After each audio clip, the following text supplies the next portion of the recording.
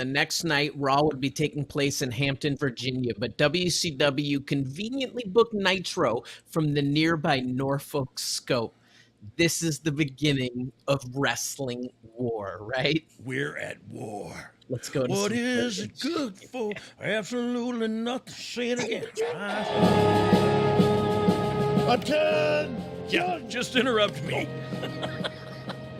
At ease, Trying to man. hit me in the scruples with the rifle. I said at ease. That's better. Stand up straight, soldier. Today, we embark on a mission. We have seen the enemy, and they are near. So today, we will go down there. Down where? Sir.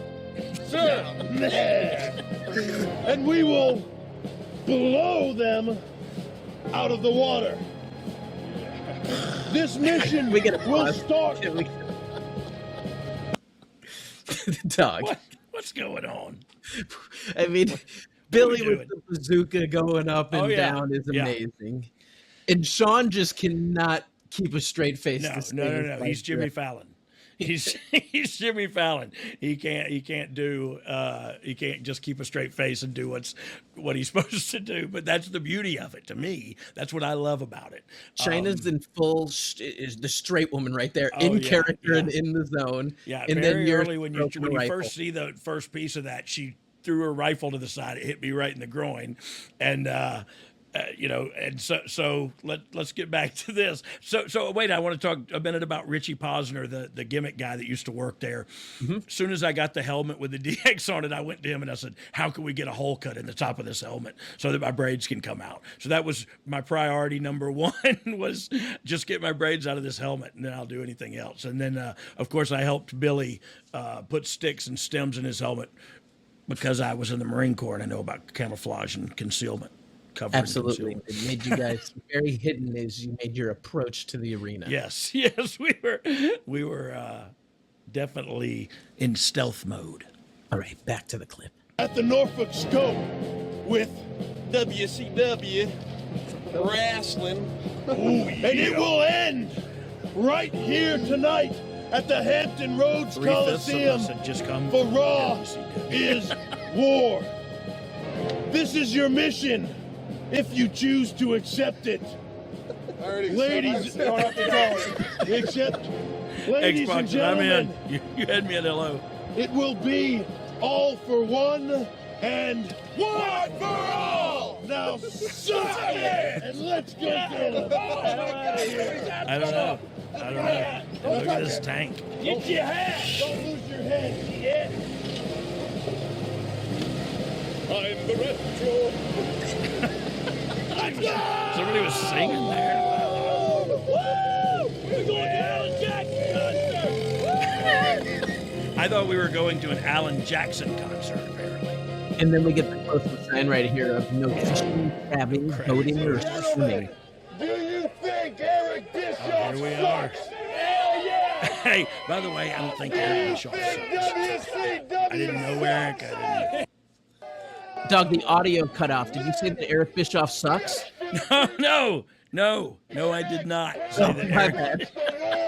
Against WCW, Joe Whitey, DX fires the first shot. Xbox just yelled, "Kill Whitey." Ladies and gentlemen, DX proudly shows the world that we're the only ones with the sack big enough to fire the first shot at WCW. Watch this first so shot. Suck it.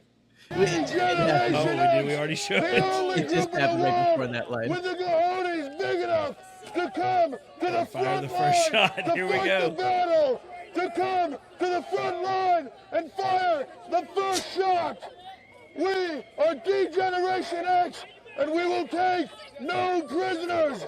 He was What right I'd about like to that. know We did is- not take any prisoners that day. Not from experience, but do you think WCW sucks? Of course. No way was The she a biggest thing plant. I want to know is who rules professional wrestling? DX. Yeah! Yeah. DX! We were the only ones chanting. What I want to know is, Does anybody here have any of the free tickets that WCW gives away to try to fill up their TV? And if anybody doesn't know, this is D-Generation X, and we are carrying the fight to the front line. There's some booing in the background. Right Yeah, there. no, look, the truth of it is, like, we went to where they bought tickets to go see that. Where we were was 30 minutes away. If they'd have wanted to go see us, they'd have gone. You know what I mean? Both were sold out, so it was no big deal. But we were on their turf telling them that their wrestling that they decided to go to tonight sucked. Yeah! Here comes another one. You guys are back on the tank. No! Get a shot of them closing the gate! Come on! War begins! Hunter was But producing the cowards ended by closing the the gate! WCW is a bunch of cowards as we stand! Was that their security or your security? No, that was theirs. And so, yeah, it was. This is when it was scary, and I was very thankful they closed that door, by the way. You guys would have driven in. Well, then what? You know what I mean? We'll talk about that more, but look, in retrospect, like, you know, when you're 25 years old and in the business of getting the break of your life, it's like, yeah, let's do it. And then looking back when you're old, fat, and 52, you go, oh my God, what was I thinking? D-Generation X calls you to accept the battle! This was. We need to talk to Mr. All we want to do is talk. We would like... That's all.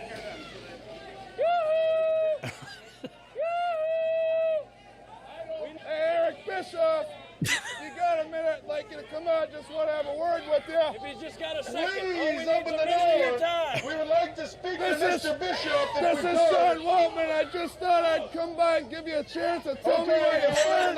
Let's move. Since you Could didn't we have the imagine guts if it to was call an me on the extra phone. Least he could do is apologize. So, yeah, it was a crazy day, man. Yeah, that's some major, heavy, big ball stuff right there. It is. It is. And like my wife and I were watching it together, and she was like, man, would they do that today? Would anybody do that today? And I said, well, probably not, you know, but it also was a different time then too, when there were really two at war, you know what I mean? On the same night every week. So it was a little heavy handed then. So, but it was gutsy to do that, and it paid off. So you just got to see that playback. You did a little research for the episode. What was running through your head when you saw that after, I probably think so many years, probably haven't looked at that in so long. I don't know if I've ever seen that, and I'm not even kidding. I don't know that I've ever watched that footage. I was there. I remember doing it. I remember what we did. I remember the best part to me was I banged on that door and said, I'd love to speak with my brothers. And so that was just personal to me. So I enjoyed that part. I don't know. I forgot what we were talking about, dude. When did you first hear the idea that they want you to go invade the enemy, so to speak? That for me that day. Like for I think Billy the same way too. As we got there that day and they said, hey, you know, they're in town. We're going to go down there and do it. And I was like, heck yeah, let's do it. And they had already had the Army helmets and everything, so we started getting set up to go. And look, at that point in my life, you know, it would have been good TV to get beat up by 50 WCW guys, I guess. But that's definitely what they kind of hung us out there to do. Should they have left that door open? Should we have gotten in there? Should they have come out? I don't know what would have happened. You know what I mean? Like, it was a bunch of young alphas in their minds anyway, thinking, oh, this is we're at war here. You know what I mean? And so does it get crazy? And if the fight starts, who do I fight with? Is my brother on the other side? You know what I mean? Like, it was a crazy day, and they kind of hung us out there like, okay, let's go do this. So we did, and it was fun, and it was memorable, and it was promotable, and it was, you know what I mean? It was good TV. Who came up with all the ideas? Was it Russo? So it had to have been Russo and Pritchard, and probably, you know, Vince signed off on it, I'm sure. But yeah, Pritchard was with us. So Russo wasn't with us. He stayed at the building, but Pritchard was with us. And so I'm sure he had a lot to do with it. But look what they did back then, especially with DX. I don't know what they did with other people, but with DX, they would write us into a scenario such as this with no verbiage or anything. So it's kind of just, hey, you're going to go down there and we're going to do this. Just do whatever, and we're going to film it. And we got that kind of, we had that luxury on several different occasions as D-Generation X, where we would go. One time the Raw show was short, like 7 minutes, and they just sent us out. They said, we need you to stay that extra day. We'll pay for everything. We're going to send you out in the streets of New York with a camera crew. And we just walked around New York and said all kind of awful stuff and did all kind of awful things, and they edited it and filled the 7 minutes so the show was short. And I mean, that happened a lot with us. And so they would put us into funny, entertaining, whatever scenarios, and we would kind of act our way out of them, if that makes sense. Yeah, so having that luxury and being a creative person, how did it make you feel to be able to incorporate your own ideas into the skits where maybe some people were under a little bit more rigid control? Yeah, no, we definitely look at that period of time. Everybody kind of had the freedom, or as far as I know, because I never asked Val Venus, hey, do they script your promos, or do they let you kind of freestyle? You know what I mean? But I would imagine everybody was doing their own thing. Hence why there was a lot more people getting over, and you know, they always say grab the brass ring. Well, if you'll let me, I'll rip that son of a bitch off the roof. You know what I mean? But I got to have the opportunity. But given the opportunity, I will damn sure do it. And so, bing, bang, boom, Bob's your uncle. Keep going. Were you concerned of any backlash for your brothers who were still over at WCW? No. And look, I started touching on that earlier, and I think I went into a sugar coma. The boys in the locker room weren't so competitive as, hey, they're doing good, we're doing good, everybody's getting paid. Like, it's kind of a brotherhood in that sense. And nobody was really, I wasn't. Look, when I say this, I'm saying everything from my perspective and my point of view. And so I don't know what other people were thinking. I know for me and Billy, we talked about stuff. It was like, yeah, it's not a strict competition where I'm going to fight you. But when we went to the building and started to drive a faux tank into their building, I didn't know if it was going to get real all of a sudden. You know what I mean? So we had a lot of fun, but it was scary. I was scared. Because of the NBA playoffs, Nitro was shown on a tape delay with 1 hour airing at midnight the same night, and then 2 hours on Tuesday airing from 6 to 8. So Raw's live and unopposed and draws its best rating ever, and in fact, the single most watched pro wrestling show in the history of cable TV at the time. Do you remember that you guys had this kind of advantage with the time sweep going into this war and the attack and invasion on them? Yeah, I'm sure. Well, look, I didn't think of it that deeply, but it sure all worked out that so well. Like, it's one of those things where you go, wow, that worked out so well. It was almost like I planned it that way. I think it was actually planned that way. They made the decision to rent the building down the road. Then the decision was made, okay, we're going to send a DX down there. They're the troublemakers. We'll send them down there and do some crap. And so, look, it was gutsy. It paid off. Now we beat them. Now the 83 weeks is up.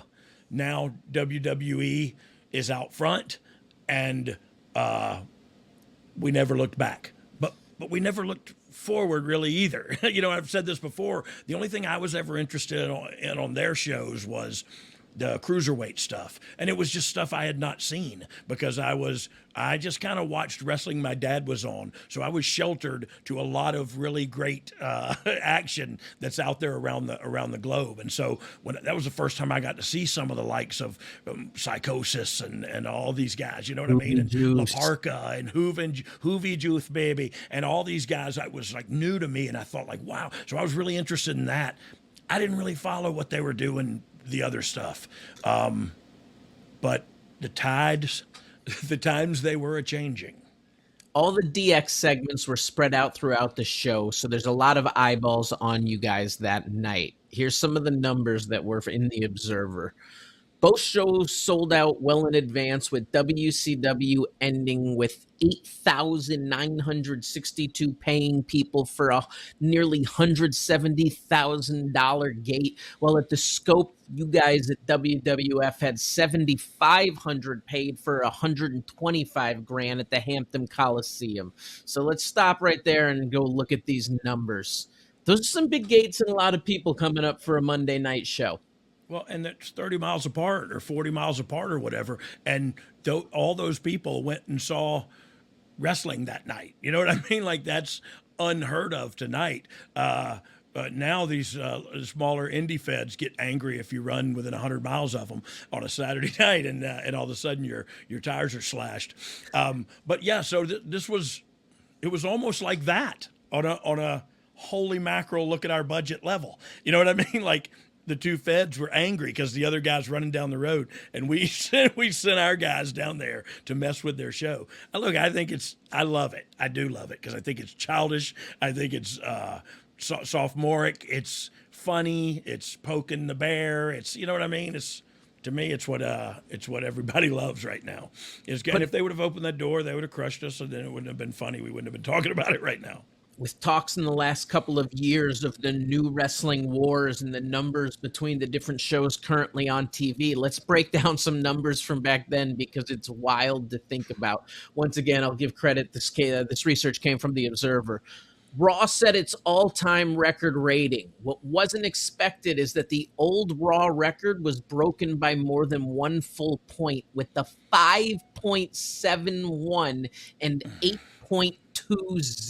share in 4.188 million homes, highest television rating in not only the history of Monday Night Television, but also the single most watched pro wrestling show in the history of cable TV. It broke the Monday Night rating record, an all-time audience record set by Nitro on March 16th with their spring break show, which also did it unopposed with a 5.58 rating and 4.083 million homes. I mean, so that all sounds like Swahili to me. We beat them, right? You beat them, but let's just talk technical. So 4 million people on each person's show, pretty much. Yeah. When now we're battling for 2 million people on a show, the 2 million marketplace, essentially. Yeah. When you look at the audience base, maybe give or take 2.5 to 3 million people. Yeah, so many people were in it. How hot? Did you know you were in the hotbed of wrestling? Oh yes. This is at a point in time when I could not go to the mall or out to eat with my family. It had gotten where, and I had braids, and so you can put them under a hat, but they still stick out, and you know what I mean. And so I knew that we were in the middle of it, but I also didn't know anything else. This is my first big deal. Like, I was the roadie. Okay, that was cool. Then I went and worked in Germany. Then I went and worked in Memphis. Then I worked around Indies, and I went back to the WWE F at the time. You know what I mean? So I had worked around a little bit, but man, this was the hottest thing I'd ever been involved in, and it was crazy. But like I said, I didn't know any better. I remember Billy walking out. We'd walk out and look at the crowd and kind of watch the first match always to try to get a feel for what they're buying and what they're biting on, and him looking and going like, I see a seat empty up there. I'm not going out. And he would walk away. He was totally kidding. But it was that's the kind of time we were in. Like, there's no seats empty in these buildings, and we're quasi on top. And again, that prepositional phrase, I want to choke whoever came up with that for wrestling terminology, but we were significant players on the team. You know what I mean? I don't know how else to say it. I just don't want to say top guys because I want to Never mind. Significant Let's keep players. significant players. SPs, dog. I think that's SPs. the t-shirt. I'm a fan of significant players. Yes. All right. There was a report that took place after that episode that a top executive from WWF called a executive from WCW and basically tried to apologize over the incident, claiming it wasn't done to make WCW look bad. Did you hear about any of this? No, but that seems exactly like something that a good politician would do. Like totally, it was totally to make you look bad. Like we told you to suck it, and we said you sucked, and we said it was totally to make you look bad. But look, we're sorry. That's great. That's icing on the cake, man. That's Vince McMahon. He always talks about the cojones. He ain't lying. Would you do it again now? I would not. I would roll halfway down that friggin' entranceway ramp that we were on. So, I mean, yeah, I probably would. I would just attack it very differently. It wouldn't be so big and bold. It might be, excuse me, excuse me, Sheriff. You know what I mean? And just see if I would just attack it differently, I think. Look at that, a moment of growth. Yeah. Look, it would still be funny and entertaining. I just wouldn't be so gutsy as to bang on the door, and I could address it differently. Lindsay at +_Lindsay wants to know, what did we not see in the video package, and were there any deleted scenes that were left out of what was aired? You talked about memory we did, issues. and I'm sorry, Lindsay. It's the chair shots and the bong resin. I remember we had a good time. I remember I was amongst friends, and we didn't care what the outcome was. We didn't think about, like, we're just going to do what we do and let the chips fall where they may. You know what I mean? It just so happened that they fell in a positive place for us all. But yeah, I don't remember specific things. I'm sure it was just probably vile and obscene things we did and were doing at the time. And look, it was a different time. And if I could go back and change things, I might. But I don't know. I've lived a good life. CD Will 77 is wondering, is it true Tim Walbert was there and had a dummy tape ready in case you guys got stopped? And then he notes that Tim was a director camera guy for WWF and was told there was a tape just in case someone tried to confiscate your footage. Yeah, so we did. The guy asked me that on Twitter, actually, and I was like, I don't know who Tim Walbert is. But after he said that, I do remember we did have a dummy tape. It was not a tape, another tape made. It was a dummy tape put in the machine, a different tape, and he hid the tape. That's how I remember it. Like I said, chair shots and bong resin, but that's how I remember it. He put a different tape in the machine so that if they confiscated it, they would take the wrong tape. At Chad Go Million